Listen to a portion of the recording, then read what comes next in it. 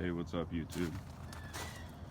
Today's video is the master cylinder on my Chevy p30. I've been driving fine, got in the other day, and the brakes hit the floor once I started it. Came around to check to see if there was any fluid in it. Wasn't, so I added some fluid, started it back up, and it immediately started to drip right here in between the brake booster and the master cylinder. So today we're going to replace that shit. This thing is old, rusty, and crusty, so I'm going to put some liquid wrench on it. Just spray it down good. Hopefully I don't break any brake lines when I take this sucker off there. This bolt in the back is going to be a pain in the dick. Let's get started. I couldn't find my line wrench, so put this vice grip on it just to get it loose. And because these lines were so old and rusted, you really want to like kind of wiggle it back and forth, make sure that the nut is moving without the line. And now I'm just gonna take the vice grip off and go at it with a crescent wrench or this 1/4 inch wrench.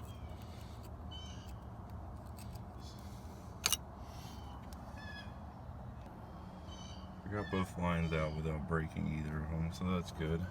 Now I'm going to go over here where this bracket is. It's holding the lines in place. I'm going to take that bracket out so that I can move the lines out of the way, so I can have more room to get these bolts out without messing with the lines. Alright, lines out. Got them pulled back with this bungee. Strapped down to the bumper because that's a long one.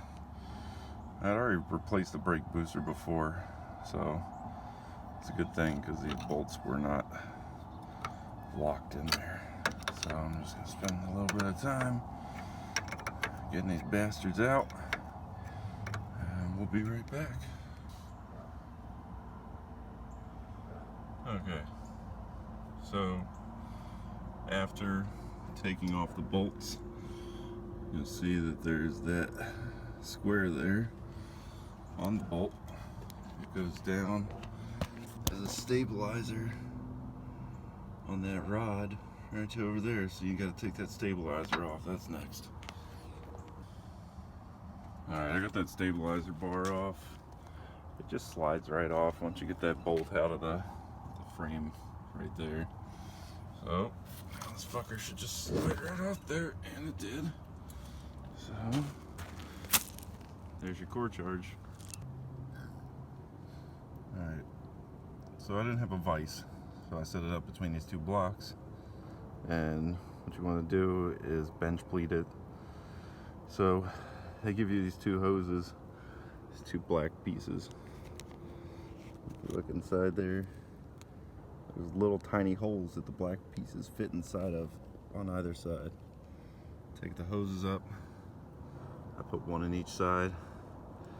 So now we're going to fill it with brake fluid, and then you're going to push in the end to pump brake fluid through these lines. Once you don't see any bubbles, then it's good. You put the cap on and you can put it on the truck. Now, as you're doing this, you want to make sure that you push in 3/4 of an inch to an inch. If you don't push in far enough, it's not going to go into both cylinders here. So once you don't see any more bubbles, and it's not causing any more bubbles, see, like you can see right there, there's still air in that line. So I got to keep pumping until there's no air in there. Don't be surprised if you pump on that shit for like 15 minutes. It is not easy. And just when you think you got bubbles out, you see more bubbles.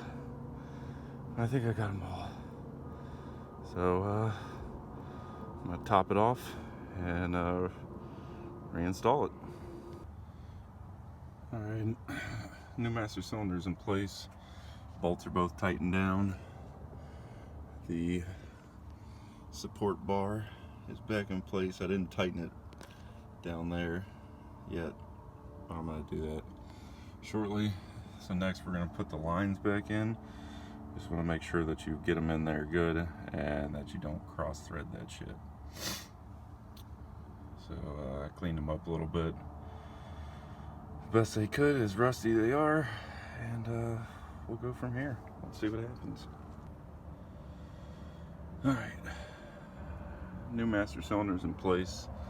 The lines are back in and tightened down. The bracket holding the lines into this other bracket is bolted back in, and the support bracket is bolted back in over there. I'm going to top off the fluids, start it up, see how the brakes feel. If they feel a little mushy still, I feel like the easiest way to do it might be to just pop the top off the master cylinder and pump the brakes until all the air bubbles up out of the lines. So, I'm not sure if that's the right way, but that's the way I'm going to do it. Alright, here we go.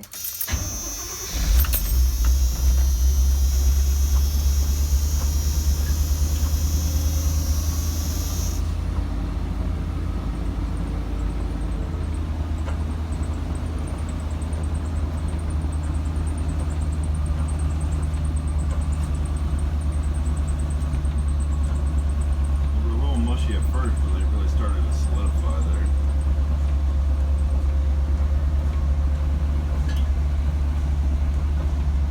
Let's go see if there's any leaks out of the master cylinder.